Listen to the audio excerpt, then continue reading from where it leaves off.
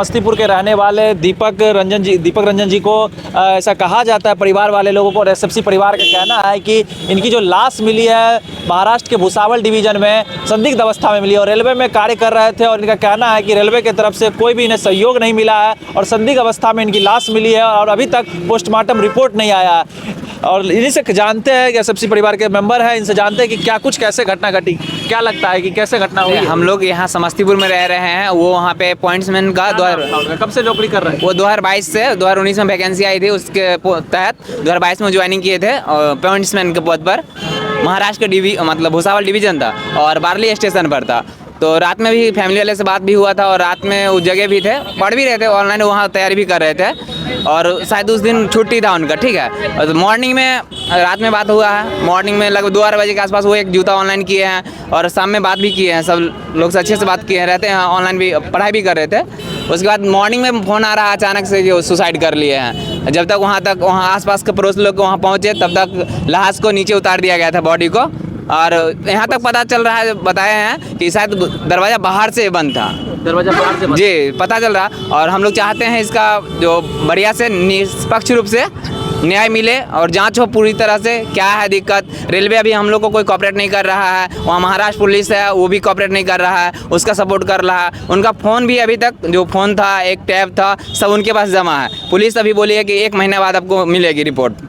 हम लोग चाहते हैं जल्द से जल्द हो, जितना भी जल्द हो परिवार को न्याय मिले, जितना जल्द। क्या है पोस्टमार्टम में जो 1 महीना बाद रिपोर्ट मिली? अब वो महाराष्ट्र पुलिस बताएगी या हॉस्पिटल के जो डॉक्टर हैं यही लोग बताएंगे। हम लोग को मिलेगा कुछ तभी ना हम लोग कुछ बता। अभी तक बिहार सरकार की तरफ ऐसा कुछ हम लोग को कुछ सहयोग नहीं मिला, कॉपरेट न रेलवे की तरफ से मिला है, ना महाराष्ट्र सरकार की तरफ से, ना ही बिहार के मतलब बिहार गवर्नमेंट की तरफ से। आप तीनों सरकार से क्या अपील करना चाहेंगे?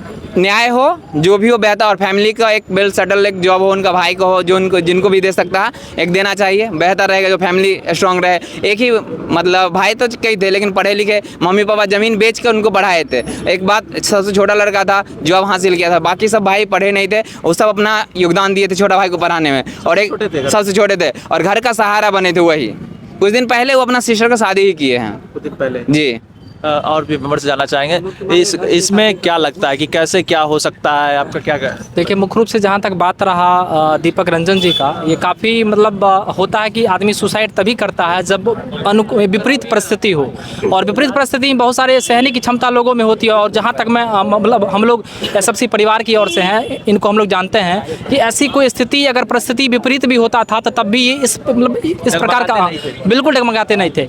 तो बिल्कुल यही है कि या तो उनके जो लोग मेट वगैरह होंगे या जो उनसे सीनियर होंगे या जो रेलवे डिपार्टमेंट में जो लोग उनसे जुड़े होंगे, हो सकता है इन लोग का उसमें जो है हाथ हो, क्योंकि जिस हालात में जिस स्थिति में पाई गई थी उसमें साफ साफ झलकता है कि खुद से खुदकुशी नहीं कर सकते।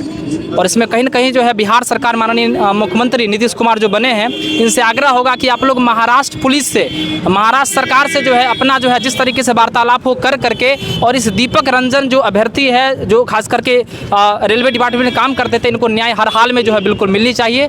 इसके लिए और निष्पक्ष जांच होनी चाहिए। एसएफसी परिवार जिसमें पढ़ाई कर स्वयं से सभी लोग पढ़ते हैं, इतने सैकड़ों में लगभग 500-700 युवा अभी आए हैं उनके न्याय के लिए, तो आप लोगों को क्या लगता है कि इतने लोगों को खड़ा हो पाना उनके लिए, लगता है आप लोगों में कहीं ना कहीं इसका भी डर है कि और भी बच्चों के साथ ऐसा हो सकता है या होते आ रहा है? देखिए, इस घटना से डर तो सभी स्टूडेंट में हुआ ही है, लेकिन हम यही सरकार से कहना चाहते हैं कि वह निष्पक्ष रूप से जांच करे और जल्द से जल्द जो उसका पोस्टमार्टम रिपोर्ट हो जल्द से जल्द वह जारी करे, जिससे हम लोग को भी कुछ आशा हो कि उसके मौत का कारण क्या हो सकता है। हम सिर्फ इतना ही कहेंगे।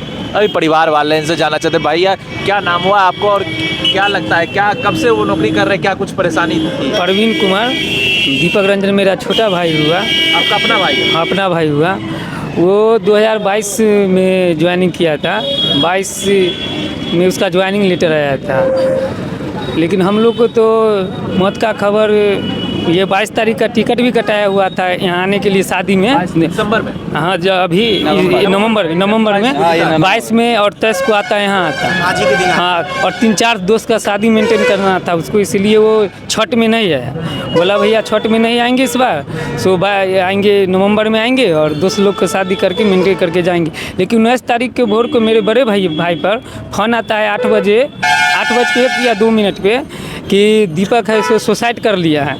तो भैया बोले कि नहीं दीपक ऐसा कर नहीं सकता है, फिर कहें कि दीपक नहीं कर सकता है ऐसा, वो तो घबरा गए एकाएक। उसके बाद वहाँ पे दोस्त लोग जब गया, कुछ दोस्त थे दीपक के, तो वो लोग 20 किलोमीटर 10 किलोमीटर जो जॉब कर रहे थे, जब तक लोग गए तब तक वहाँ से पुलिस लाश को लेके और वहाँ चल गया। डॉक्टर रिपोर्ट उपोर्ट बनाया नहीं और बोला कि 1 महीना के बाद देंगे, और लाश सौंप दिया। रेलवे सरकार की तरफ से कुछ सहायता नहीं, रेलवे की तरफ से कोई सहायता नहीं मिली। रेलवे की तरफ से कोई भी स्टाफ बॉडी के साथ नहीं आया, कोई भी सहयोग नहीं? कोई सहयोग नहीं मिला। दीपक का दोस्त था, वो लेके आया। दोस्त लेके आया?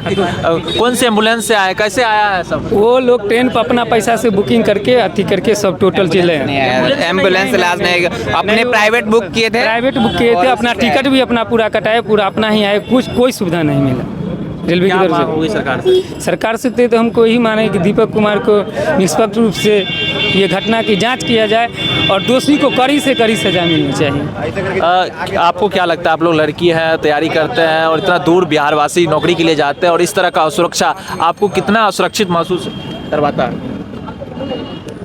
बहुत ज़्यादा ही करवा रहा है। हम तो चाहेंगे कि बिहार सरकार, महाराष्ट्र सरकार दोनों से करेंगे कि निष्पक्ष और ये न्याय दे, और परिवार वालों को भी उनका वो जो है वो करे।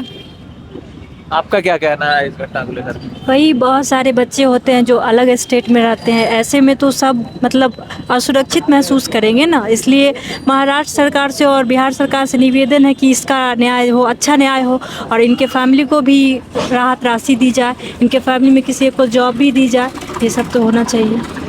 तो अभी आप देख रहे थे कि हमने एसएफसी परिवार के छात्रों और परिवार वालों से बात की। लोग कहते हैं कि सबसे ज़्यादा संघर्ष कहीं हुआ तो युद्ध के मैदान में हुआ, और हम छात्रों का कहना है और हमारा भी मानना है कि सबसे ज़्यादा संघर्ष अगर कहीं हुआ है तो किताबों की दुनिया में हुआ। अपने कमरों में अपने सालों तक अपनी जवानी को गंवाया है और सालों तक लोगों ने मेहनत किया है, तब जाकर वो नौकरी पाए, और नौकरी पाने के बाद 2 साल के अंदर उसकी संदिग्ध अवस्था में आत्महत्या हो जाना। लोग कह रहे हैं कि आत्महत्या बताई जा रही, लोगों का कहना संदिग्ध अवस्था में सब पाया गया है। इनका कहीं ना कहीं आरोप है कि सही तरीके से ना प्रशासन मदद कर रही है, ना वहाँ की सरकार मदद कर रही है। तो बिहार वासी आखिरकार किसके सुरक्षा के मद्देनजर वो बाहर जाके काम करेंगे, मजदूरी करेंगे, आप सोच सकते हैं।